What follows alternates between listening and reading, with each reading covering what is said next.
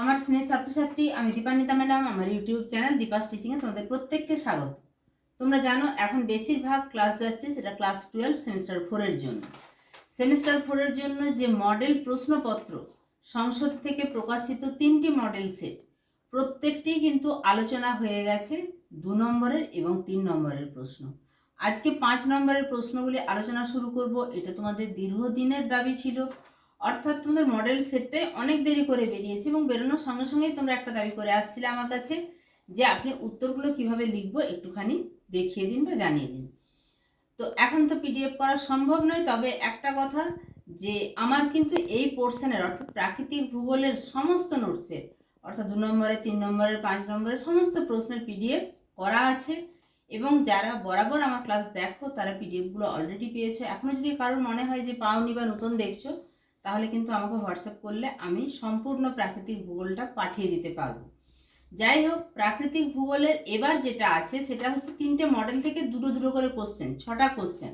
আজকে model set 1 থেকে দুটো প্রশ্ন আলোচনা করব, অতি গুরুত্বপূর্ণ প্রশ্ন। দুটো মহাদেশীয় পাতের সীমানায় গঠিত ভূমিরূপ চিত্রসহ আলোচনা করো।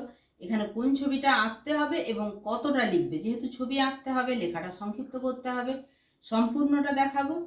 2 নম্বরে যে প্রশ্নটি আছে, তোমাদের হাতে মডেল সেট আছে তোমরা দেখতেই পাচ্ছ, সেটা হচ্ছে জীববৈচিত্র্য বিনাশের 5টি কারণ। একদম গুরুত্বপূর্ণ 5টি কারণই দেখাবো। বইতে অনেক কারণ আছে, তার মধ্যে কোন গুরুত্বপূর্ণ 5টি কারণ লিখলে তুমি ফুল মার্কস পাবে সেটা দেখিয়ে দেবো। তো চলো শুরু করা যাক। শুরু করার আগে বলবো, চ্যানেলে নতুন হলে অবশ্যই চ্যানেলটা সাবস্ক্রাইব করে রাখবে। গুরুত্বপূর্ণ এই তথ্য প্লাস ভিডিওটা বন্ধুদের মাঝে শেয়ার করে দিবে এবং একটা লাইক করে দিবে। শুরু করছি প্রথম প্রশ্ন। এই যে দেখো মডেল সেট 1 কোশ্চেনের মডেল পেপার 1, সেখানে একদম 7-এর দাগে তোমাদের এরকমভাবে দুটি প্রশ্ন থাকবে 5 নম্বরে। দুটি মহাদেশীয় পাতের সংঘর্ষ সীমানায় গঠিত ভূমিরূপগুলির চিত্রসহ ব্যাখ্যা আর জীববৈচিত্র্য বিনাশের 5টি কারণ, প্রথম কোশ্চেনটা। এর উত্তরটি হলো অবশ্যই দুটি মহাদেশীয় পাত সীমানায়, মানে অভিসারী পাত। এখানে যেটি তোমাদের ভূমিকাতে আছে এটি লেখার কোনো দরকার নেই, শুধু শুধু সময় নষ্ট হবে। তবে এই যে মহাদেশীয় পাতের সঙ্গে মহাদেশীয় পাতের সংঘর্ষ হচ্ছে, তার জন্য এই জটিল ছবিটা না পারলেও অন্ততপক্ষে এই ছবিটা করবেই। 2, 3, 4 যতটা ছবি দিবে ততটাই ভালো, অন্ততপক্ষে একটা এই ছবিটা তো লাগবেই।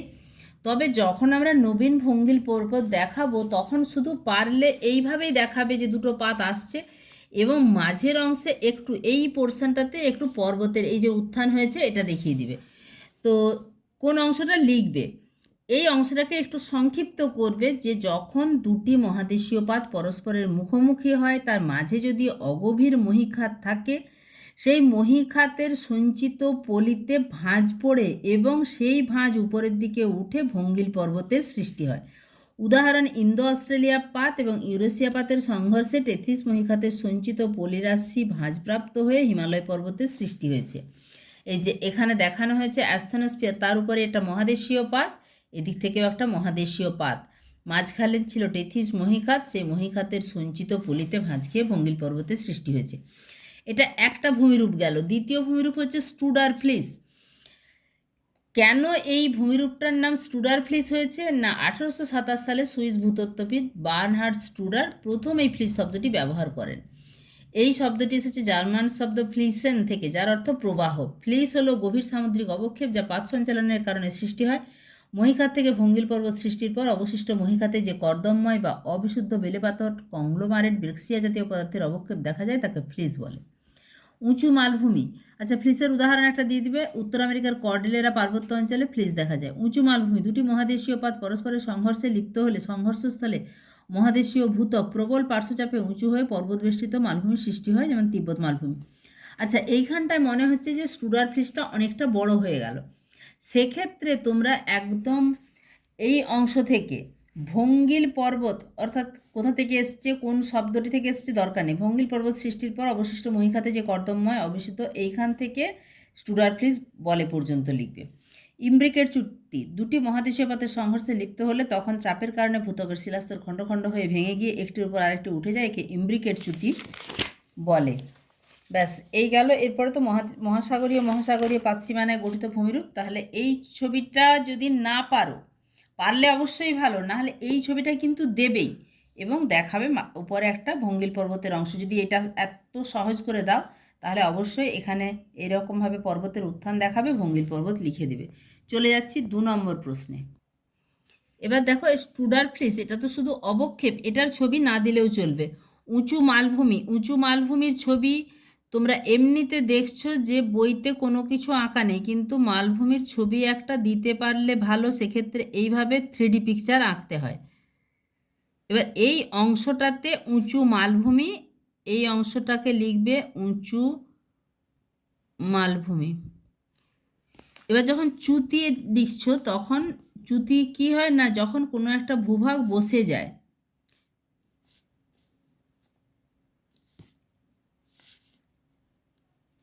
এবার এখানটায় একটা শিলাস্তর, এই যে এই অংশটা বসে গেছে, ফলে এই শিলাস্তরটা নিচে বসে গেছে।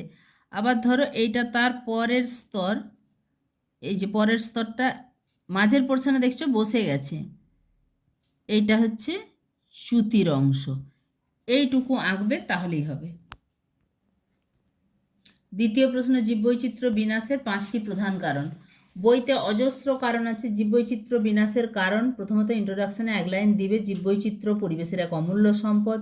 জীববৈচিত্র্যের বিনাশ বলতে পৃথিবীর বিভিন্ন প্রজাতির উদ্ভিদ, প্রাণী ও অণুজীবের সংখ্যা হ্রাস বা সম্পূর্ণ বিলুপ্তিকে বোঝানো হয়। তার প্রাকৃতিক কারণ এবং মনুষ্য সৃষ্ট কারণ রয়েছে। আমি গুরুত্বপূর্ণ কারণগুলোই শুধু তোমাদের সামনে তুলে ধরব। প্রথমত লিখবে জলবায়ুর পরিবর্তন, গ্রিনহাউস প্রভাব ও বিশ্ব উষ্ণায়নের কারণে বিগত 50 বছরে পৃথিবীর গড় তাপমাত্রা দ্বিগুণ বৃদ্ধির কারণে বহু উদ্ভিদ ও প্রাণী প্রজাতি অভিযোজিত হতে না পেরে বিলুপ্ত হয়ে যাচ্ছে। এছাড়া আগে যে হিমযুগ এসেছিল, আজ থেকে 25 কোটি বছর আগে পার্মো কার্বনিফেরাস হিমযুগে পৃথিবীর 90% প্রজাতির বিলুপ্তি ঘটেছিল। আবার হিমযুগের আবির্ভাবে মেসোজয়িক যুগে ডায়নোসরের অবলুপ্তি ঘটে। তাহলে জলবায়ু পরিবর্তনের কারণে বহু প্রজাতির বিলুপ্তি হয়। এছাড়া পরবর্তী গুরুত্বপূর্ণ কারণ, এটা 2-এর দাগে দিবে, প্রাকৃতিক দুর্যোগ ও বিপর্যয়। প্রাকৃতিক দুর্যোগের মধ্যে ভূমিধস, বন্যা, দাবানল, খরা, অগ্ন্যুৎপাত, ভূমিকম্প, সুনামি, ঘূর্ণিঝড় ইত্যাদি ইত্যাদি সমস্ত কিছু রয়েছে। সেটা একটু একটু করে প্রত্যেকটা, মানে এটা প্রাকৃতিক দুর্যোগের মধ্যেই চলছে। ভূমিধসের কারণে হিমালয় পার্বত্য অঞ্চলে প্রায়ই বহু উদ্ভিদ এবং প্রাণী প্রজাতির বিলুপ্তি ঘটে বা উদ্ভিদ এবং প্রাণী প্রজাতি বিনাশ ঘটে। বন্যা, সুন্দরবন এলাকায় প্রায়ই বিধ্বংসী ঘূর্ণিঝড় হয়, বন্যা হয়, তার ফলে বহু প্রজাতির মৃত্যু হয় বা বিনাশ ঘটে। দাবানল, অস্ট্রেলিয়া, রাশিয়া প্রভৃতি দেশের অরণ্য অঞ্চলে দাবানলের কারণে প্রচুর উদ্ভিদ এবং প্রাণী মারা যায়। খরা, অনাবৃষ্টির ফলে খাদ্য এবং পানীয় জলের অভাবে মানুষ, পশু পাখি মারা যায়। অগ্ন্যুৎপাতের ফলে, আগ্নেয়গিরির অগ্ন্যুৎপাতের ফলে যে লাভা প্রবাহ, তার ফলেও প্রাণী চাপা পড়ে মারা যায়। তাহলে এইটা প্রাকৃতিক দুর্যোগের মধ্যে গেল, তাহলে 2টো পয়েন্ট গেল। এরপরে মনুষ্য সৃষ্ট কারণ থেকে কিছু তুলে ধরবে, যেমন বসতি সংকোচন ও খণ্ডীকরণ, জনসংখ্যার চাপ, কৃষিক্ষেত্রের বিস্তার, নগরায়ন, শিল্প স্থাপন, রাস্তাঘাট নির্মাণ এবং বাসস্থান তৈরির ফলে জীবের অবস্থান, বিশেষ করে অরণ্য ধ্বংসের ফলে জীবের প্রাকৃতিক বাসস্থান ধ্বংস হচ্ছে এবং ভূমির চরিত্র পরিবর্তনের ফলে বহু প্রজাতির জীব দ্রুত হারিয়ে যাচ্ছে।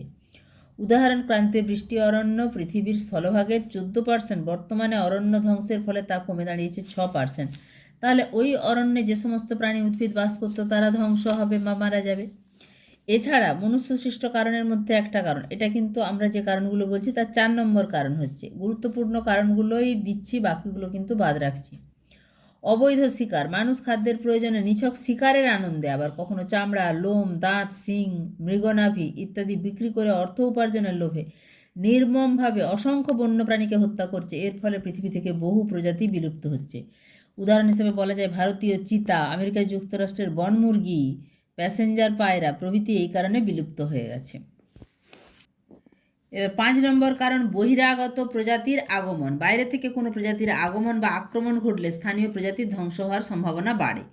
যেমন মরিশাস ছিল ডোডো পাখির প্রকৃত বাসভূমি, কিন্তু ডাচ নাবিকেরা সেখানে কি করেছে, শূকর আর ইঁদুর ছেড়ে দিয়েছে, ফলে ডোডো পাখির ডিম এরা খেয়ে নেয়।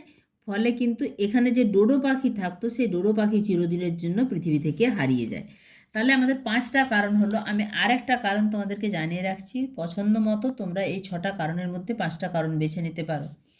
যেমন আন্তর্জাতিক বাণিজ্য, বহু দেশে বেআইনিভাবে বিভিন্ন প্রাণীর চামড়া, লোম, দাঁত, শিং রপ্তানি করার ফলে বহু প্রাণীর হত্যা করা হচ্ছে এবং বহু প্রজাতির বিলুপ্তি ঘটছে। আরও যে কারণগুলো আছে, অপরিকল্পিত উন্নয়ন, ছদ্ম প্রভাব, আইনি ব্যবস্থার অভাব, যুদ্ধ, এছাড়া বহির্জাগতিক বস্তুর আগমন, যেমন মহাজাগতিক বস্তুপিণ্ড, উল্কাপিণ্ড ইত্যাদি যখন পৃথিবীর উপর আছড়ে পড়ে তখন প্রাণী প্রজাতি বা জীব প্রজাতির বিলুপ্ত হওয়ার বা বিনাশের সম্ভাবনা থাকে।